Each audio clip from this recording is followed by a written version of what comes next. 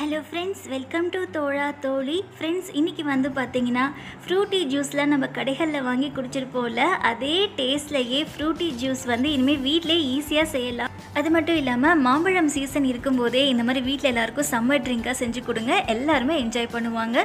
இப்போ ஒரு பேனில் மீடியம் சைஸில் கட் பண்ண 2 கப் அளவுக்கு மாம்பழம் துண்டுகள் வந்து சேர்த்துக்கலாம். நீங்கள் எந்த வகையான மாம்பழம் வேணாலும் எடுத்துக்கலாம்.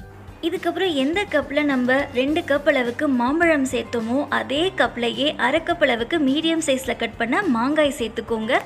2 கப் மாம்பழம் அப்படின்னா அரை கப் மாங்காய் சேர்த்துட்டு இது கூடவே அரை கப் அளவுக்கு சர்க்கரை சேர்த்துக்கலாம். மாம்பழத்தோடைய இனிப்பு சுவையை பார்த்துட்டு அதுக்கேற்ற மாதிரி நம்ம சர்க்கரை சேர்த்தா கரெக்டாக இருக்குங்க. நான் எடுத்த மாம்பழம் வந்து ரொம்ப இனிப்பாக இருக்குது அப்படிங்கிறதுனால நான் அரை கப் மட்டும் சர்க்கரை சேர்த்துக்கிறேன். நீங்கள் மாம்பழத்தோடைய டேஸ்ட் பார்த்துட்டு அரை கப்லேருந்து 3/4 கப் அளவுக்கு சர்க்கரை சேர்த்துக்கிட்டா உங்களுக்கு சரியாகவே இருக்கும்.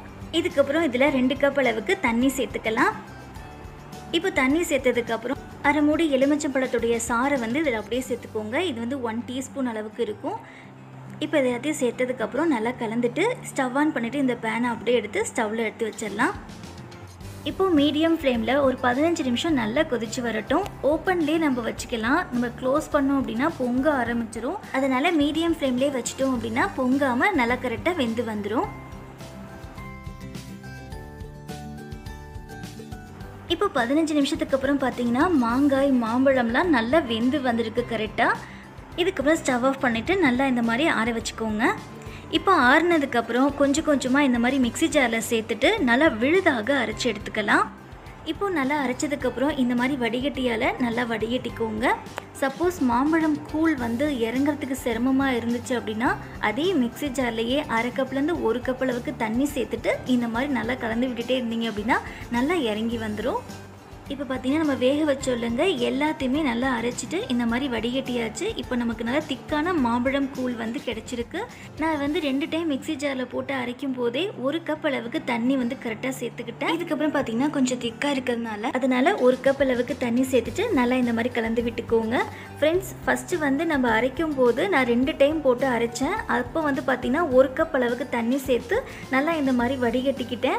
வடிகட்டினதுக்கு அப்புறமும் ரொம்ப திக்காக இருக்குது அப்படிங்கிறதுனால இன்னும் 1 கப் தண்ணி சேர்த்துட்டு இந்த மாதிரி நல்லா கலந்தாச்சு. ஆனாலும் ஃப்ரெண்ட்ஸ், 2 கப் தண்ணி சேர்த்ததுக்கு அப்புறமும் ரொம்ப திக்காக இருந்துச்சுன்னா நீங்கள் இன்னொரு கப் அளவு கூட தண்ணி சேர்த்துட்டு நல்லா கலந்தீங்க அப்படின்னா கரெக்டாக இருக்கும்.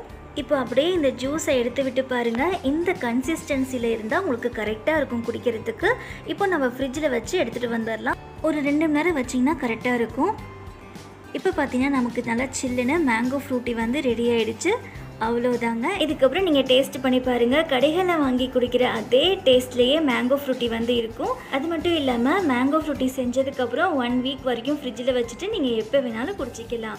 ஓகே ஃப்ரெண்ட்ஸ், இந்த வீடியோ உங்களுக்கு பிடிச்சிருந்துச்சுன்னா லைக் பண்ணுங்கள், ஷேர் பண்ணுங்கள், சப்ஸ்கிரைப் பண்ணிக்கோங்க. கூடவே இருக்க பெல் ஐக்கானை கிளிக் பண்ணிக்கோங்க. தேங்க்ஸ் ஃபார் வாட்சிங்.